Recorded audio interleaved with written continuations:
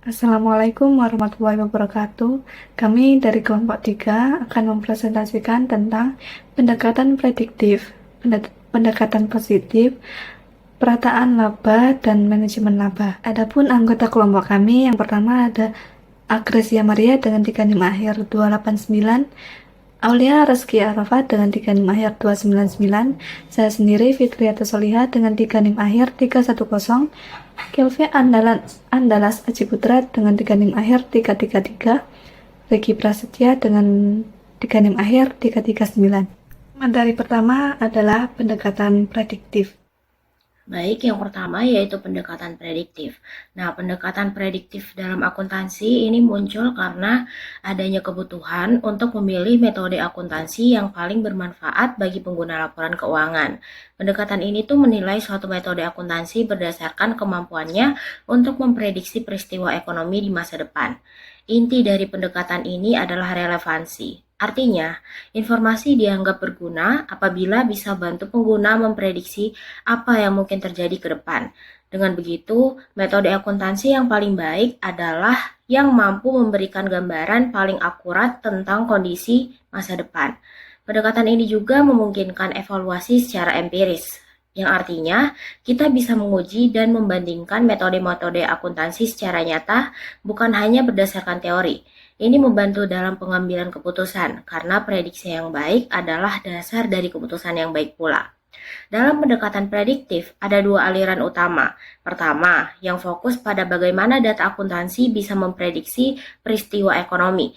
Kedua, yang melihat bagaimana data akuntansi bisa memprediksi reaksi pasar, misalnya perubahan harga saham serta laporan keuangan diumumkan.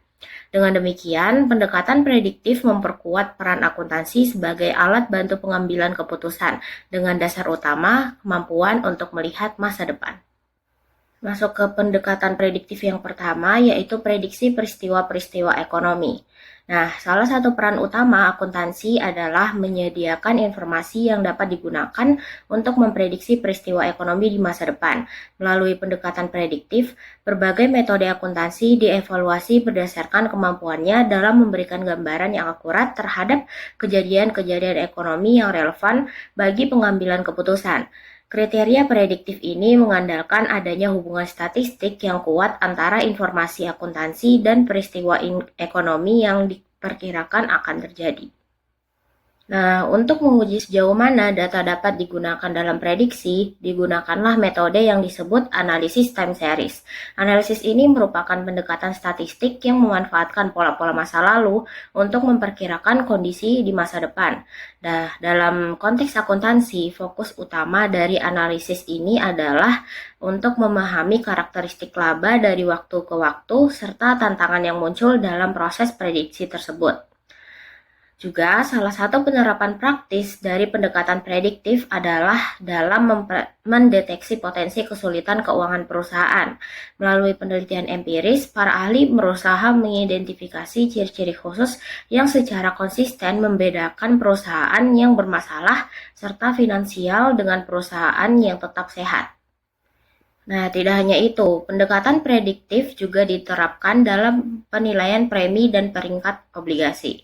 Dalam hal ini, ada 4 faktor utama dianggap berpengaruh, yaitu pertama, risiko gagal bayar, kedua, risiko pemasaran, ketiga, risiko daya beli, dan risiko suku bunga. Faktor-faktor tersebut secara langsung menentukan tingkat pengembalian atau yield yang diminta investor atas obligasi tersebut. Nah, sejalan dengan dinamika dunia bisnis, pendekatan prediktif juga digunakan untuk memahami perilaku restrukturisasi perusahaan. Tindakan seperti merger, konsolidasi, divestasi, atau pembelian menggunakan pinjaman biasanya dilakukan untuk meningkatkan nilai pasar saham atau kesejahteraan manajemen. Melalui data akuntansi yang dianalisis secara prediktif, perusahaan-perusahaan dapat mengevaluasi strategi-strategi ini secara lebih rasional. Nah, selanjutnya, pendekatan ini juga diterapkan dalam pengambilan keputusan kredit oleh bank. Dalam penelitian empiris ditemukan bahwa informasi keuangan sangat mempengaruhi keputusan pemberian pinjaman. Ada 3 fokus utama dalam bidang ini, adalah yang pertama, simulasi proses pembelian pinjaman, kedua, klasifikasi risiko pinjaman, dan yang terakhir, prediksi kemungkinan kesulitan keuangan di bank. Nah, akhirnya, pendekatan prediktif memiliki peran besar dalam peramalan informasi laporan keuangan, terutama dalam hal prediksi laba. Peramalan ini tuh semakin penting bagi pelaku pasar modal dan dianggap sangat bermanfaat dalam mendukung pengambilan keputusan yang berbasis data. Teknik peramalan ini dapat dilakukan melalui metode statistik, pendekatan manajerial, atau dengan menggunakan model-model khusus. Nah, dengan demikian, pendekatan prediktif dalam akuntansi tidak hanya membantu dalam menyusun teori, tetapi juga memiliki penerapan luas dalam praktik bisnis, keuangan, dan pengambilan keputusan strategis. Prediksi reaksi pasar, penelitian berbasis pasar dalam akuntansi. Yang pertama ada pasar modal dan akuntansi eksternal. Pendekatan prediktif melihat reaksi pasar modal sebagai panduan dalam menilai ukuran akuntansi, dengan menekankan pentingnya angka akuntansi yang berkorelasi tinggi dengan harga pasar. Tujuannya untuk mengevaluasi kegunaan informasi akuntansi dalam transaksi pasar modal.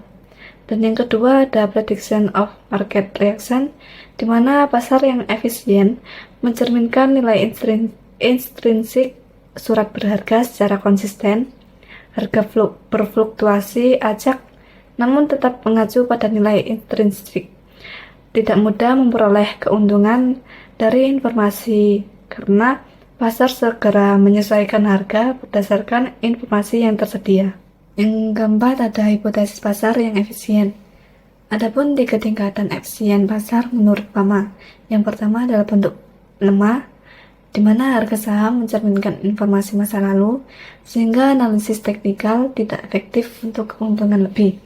Dan ada pun yang kedua, bentuk semi kuat, di mana harga mencerminkan semua informasi publik, sehingga tidak ada keunggulan dari pengguna informasi publik seperti laporan keuangan.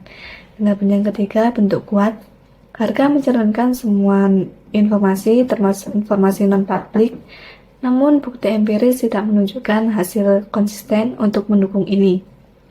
Dan ada pun model penetapan harga aktiva modal. Hipotesis pasar yang efisien meminta digunakan ekspektasi pengembalian dan berasumsi bahwa surat berharga dihargai dengan tepat. Dibutuhkan adanya suatu teori untuk menjelaskan hubungan antara ekspektasi pengembalian dan harga dari masing-masing saham yang dipertanyakan. Salah satu teori tersebut adalah model penetapan harga aktiva.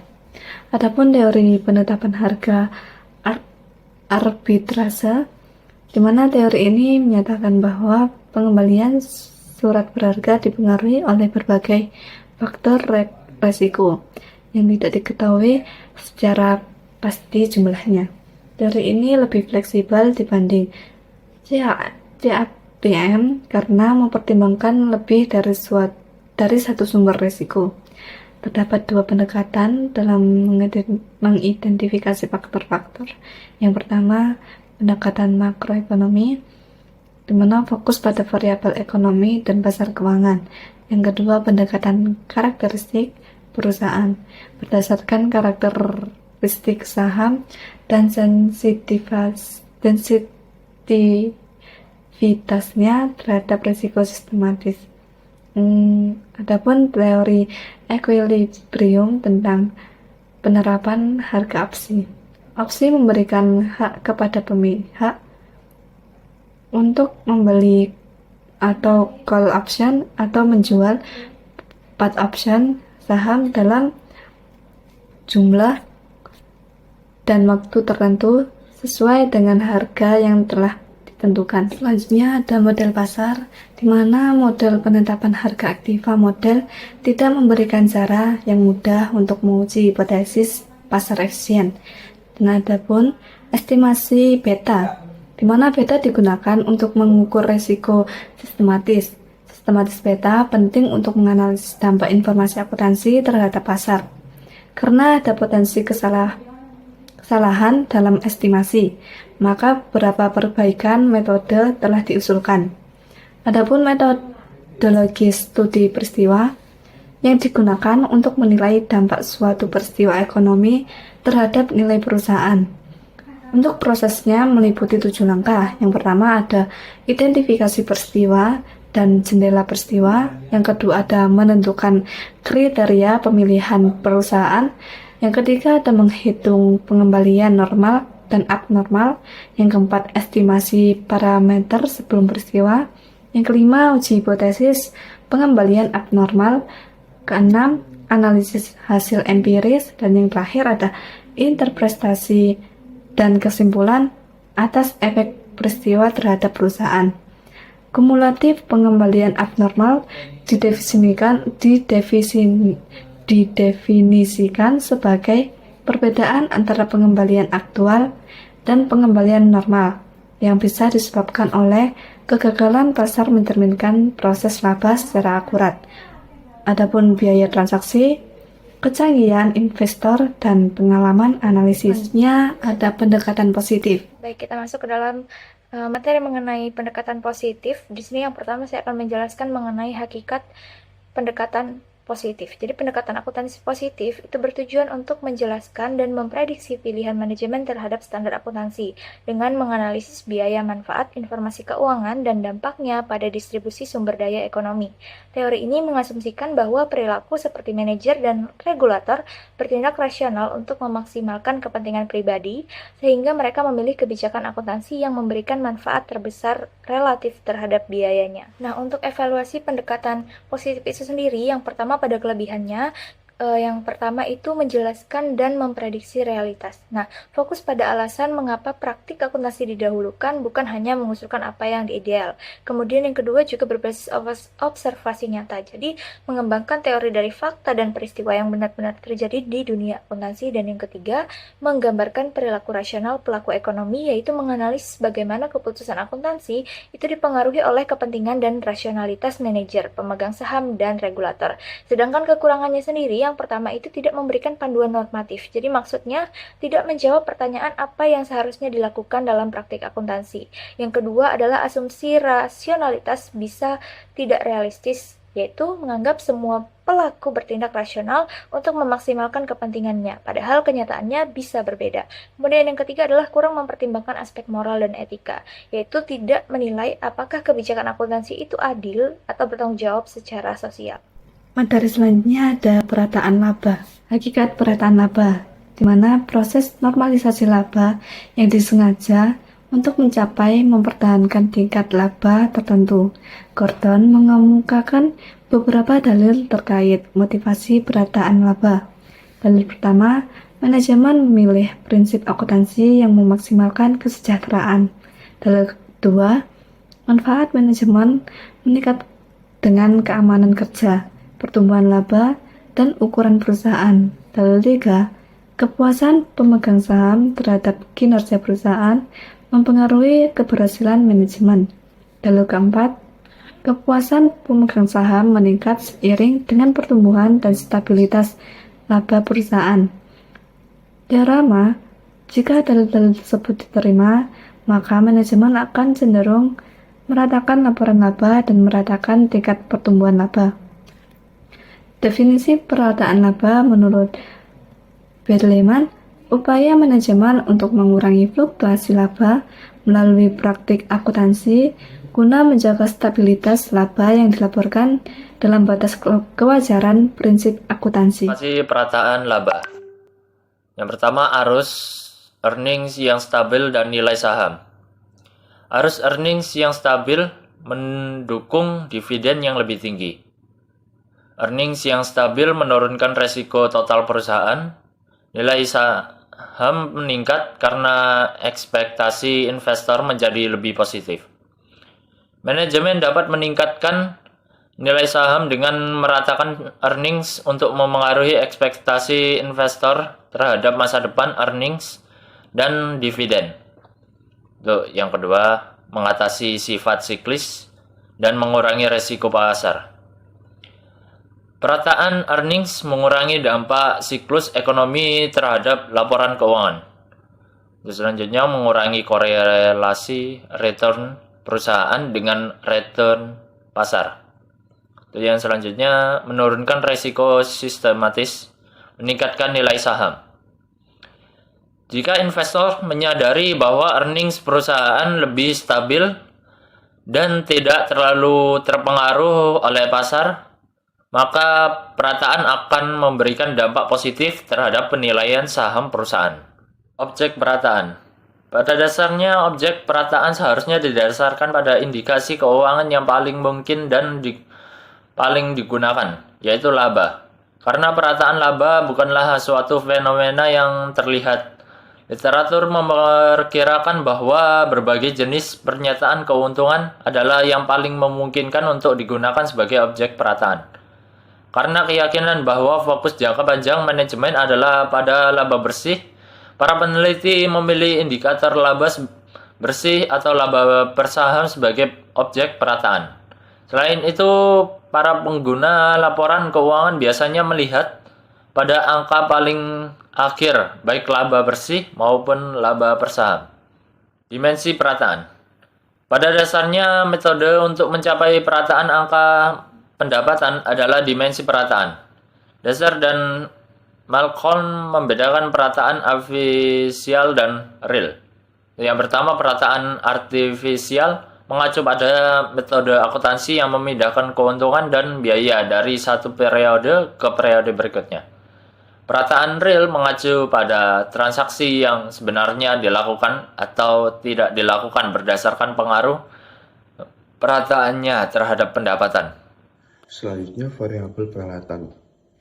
Alat perataan atau instrumen peralatan adalah variabel yang digunakan untuk meratakan indikator kinerja yang dipilih. Jadi, Copeland memaparkan 4 kondisi untuk suatu instrumen petan bawah sebagai berikut. Sekali digunakan, instrumen tersebut tidak harus membuat perusahaan memiliki komitmen untuk melakukan tindakan tertentu apapun di masa depan. Yang kedua, instrumen peralatan harus didasarkan pada penerapan pertimbangan profesional yang diperkirakan dalam wilayah atau prinsip-prinsip akuntansi yang berlaku umum. Yang ketiga, instrumen peralatan harus mengarah pada pergerakan yang material secara relatif terhadap perbedaan pendapatan dari tahun ke tahun. Yang keempat, instrumen peralatan tidak memerlukan suatu transaksi real dengan pihak kedua, tetapi hanya suatu relaksifikasi atau saldo akun internal. Instrumen peralatan harus digunakan secara sendirian atau bersama-sama dengan praktik lainnya selama suatu periode waktu tertentu. Selanjutnya, manajemen laba. Nah, karena kita akan masuk ke dalam materi manajemen laba, di sini saya akan menjelaskan mengenai definisi manajemen laba atau earnings management. Nah, earning management itu adalah upaya manajemen untuk menaikkan atau menurunkan laba sesuai keinginan, biasanya untuk kepentingan pribadi atau agar perusahaan terlihat lebih baik. Nah, tujuannya adalah bisa untuk yang pertama itu pelaporan keuangan, yaitu menyesuaikan laporan laba dengan harapan pasar agar terlihat stabil dan terus naik. Kemudian yang kedua itu pengontrakan, yaitu melindungi perusahaan dari dampak negatif saat isi kontrak sulit dipenuhi.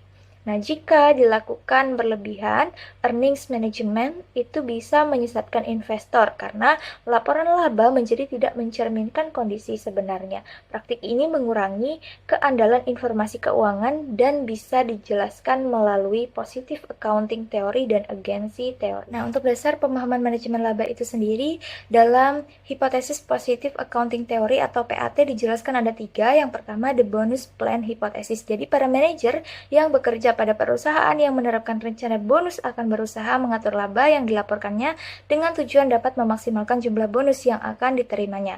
Nah, manajer perusahaan akan lebih memilih metode akuntansi yang dapat menggeser laba dari masa depan ke masa kini sehingga dapat menaikkan laba saat ini. Nah, hal ini dikarenakan manajer lebih suka menyukai pemberian upah yang lebih tinggi untuk masa kini.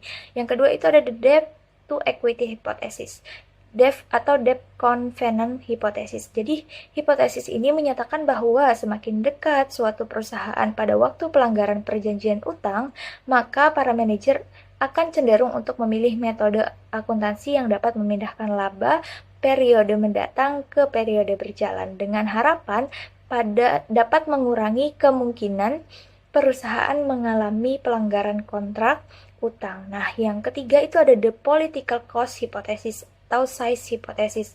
Jadi hipotesis ini menyatakan bahwa perusahaan-perusahaan dengan skala besar dan industri strategis cenderung untuk menurunkan laba guna mengurangi tingkat visibilitasnya, terutama saat kemakmuran yang tinggi. Nah, apa tujuan dari manajemen laba? Yang pertama itu ada penetapan bonus. Nah, yaitu manajemen bisa mengatur laba agar terlihat lebih tinggi agar memenuhi target bonus yang berbasis laba. Yang kedua itu memenuhi ekspektasi investor, yaitu laba yang sesuai harapan investor dapat menjaga atau meningkatkan harga saham perusahaan. Dan yang ketiga itu penentuan kontrak utang. Jadi laba yang baik bisa membantu perusahaan memenuhi syarat perjanjian utang dan menghindari pelanggaran kontrak. Yang keempat itu saat IPO atau laba yang tinggi menjelang penawaran saham perdana atau IPO bisa menarik investor dan menaikkan harga saham awal. Nah, selanjutnya saya akan menjelaskan faktor motivasi manajemen laba. Apa yang memotivasi manajer untuk melakukan manajemen laba? Yang pertama itu motivasi kontraktual, yaitu manajer mengatur laba untuk mendapatkan bonus berdasarkan kontrak kompensasi. Yang kedua, itu motivasi kontrak utang. Manajemen laba dilakukan agar tidak melanggar perjanjian utang yang bisa merugikan perusahaan. Yang ketiga itu motivasi politik. Jadi perusahaan besar cenderung mengelola laba untuk menghindari sorotan publik atau intervensi pemerintah. Yang keempat itu motivasi perpajakan. Laba diatur untuk menurunkan beban pajak, misalnya dengan mempercepat biaya dan menunda pendapatan. Dan selanjutnya ada pergantian CEO. Jadi CEO lama cenderung menaikkan laba untuk bonus, sedangkan CEO baru mungkin mengatur laba untuk kepentingan pribadi atau menutupi kinerja buruk. Dan yang terakhir itu penawaran saham perdana atau IPO tadi. Jadi laba dimanipulasi agar prospektus terlihat menarik dan harga saham meningkat saat IPO. Selanjutnya, pola manajemen laba. Menurut Scout 2009, pola manajemen laba dapat dilakukan dengan cara yang pertama, taking about. Jadi, selama periode ada tekanan organisasi atau reorganisasi. Menghapus pre-votes aset demi biaya mendatang harapan. Yang ketiga, kemudian yang kedua, income minimization. Selama periode profitabilitas tinggi di US, pertimbangan pajak sama dengan di atas hanya kurang ekstrim. Yang ketiga, income maximization. Selama laba sebagai ukuran bonus penyimpangan dari perjanjian kredit. Kemudian penggunaan akrual. Selanjutnya yang keempat, income smoothing. Selama manajer berharap kompensasi yang besarnya konstan untuk pengontrakkan kompensasi efisien. Merasakan laba dapat mengirimkan informasi pihak dalam perusahaan kepada pasar tentang kekuatan laba. Kemudian, teknik manajemen laba. Yang pertama, memanfaatkan peluang untuk membuat estimasi akuntansi. Cara manajemen untuk mempengaruhi laba melalui judgement terhadap estimasi akuntansi antara lain, estimasi tingkat piutang tidak tertagih, estimasi kurun waktu, depresiasi aktiva tetap atau amortisasi aktiva tak berwujud, dan estimasi biaya garansi. Yang kedua, mengubah metode akuntansi. Merubah metode akuntansi yang digunakan untuk mencatat suatu transaksi. Contoh, mengubah metode depresiasi aktiva tetap dari metode depresiasi angka tahun ke metode depresiasi garis lurus. Yang ketiga, menggeser periode biaya atau pendapatan. Beberapa orang menyebut rekayasa jenis ini sebagai manipulasi keputusan operasional. Contoh rekayasa periode biaya atau pendapatan antara lain mempercepat atau menunda pengeluaran untuk penelitian sampai periode akuntansi berikutnya, mempercepat atau menunda pengeluaran promosi sampai periode akuntansi berikutnya. Kerjasama dengan vendor untuk mempercepat atau menunda pengiriman tagihan sampai periode akuntansi berikutnya. Kemudian, mempercepat atau menunda pengiriman proyek ke pelanggan, menjual investasi, sekuritas untuk memanipulasi tingkat laba, mengatur saat penjualan aktiva tetap yang sudah tidak dipakai. Kemudian, sisi baik earning management. Alasan lain untuk perkembangan manajemen laba adalah bahwa ada baik sisi untuk itu. Seperti disebutkan, kita dapat mempertimbangkan sisi baik dari manajemen laba, baik dari kontraktor dan perspektif pelaporan keuangan. Dari perspektif kontrak, sejauh mana laba manajemen bisa baik berhubungan dengan kontrak yang efisien versus opportunistik bentuk dari akuntansi positif. Manajemen laba bisa menjadi alat untuk menyampaikan informasi kepada pasar, sehingga harga saham dapat lebih mencerminkan prospek masa depan perusahaan. Selanjutnya, sisi buruk earning management. Kontroversi muncul ketika manajemen laba dikaitkan dengan moral atau etika. Apakah tindakan manajer melakukan manajemen laba tidak akan menyesatkan pemakai laporan keuangan? Apalagi karena laba merupakan komponen penting yang dipantau para pemakai laporan keuangan. Ditinjau dari legalitas, tidak ada yang dilanggar karena pemilihan metode akuntansi tidak melanggar standar akuntansi yang berlaku, di samping merupakan kewenangan manajer untuk memilih metode akuntansi yang akan dipakai. Selanjutnya, manajemen laba sebagai manajemen akrual. Pada dasarnya, definisi operasional dari manajemen laba adalah potensi penggunaan manajemen akrual dengan tujuan memperoleh keuntungan pribadi.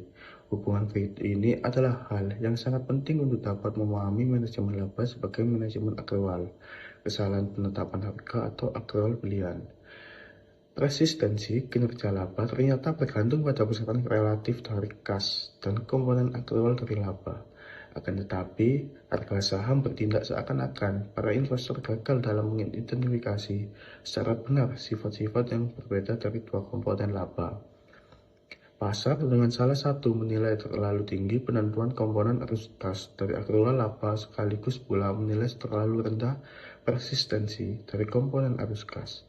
Akrual juga menunjukkan serangkaian hubungan negatif atau kecenderungan reversi rata-rata. Sekian pemaparan materi dari kelompok kami. Kurang lebihnya mohon maaf. Wassalamualaikum warahmatullahi wabarakatuh.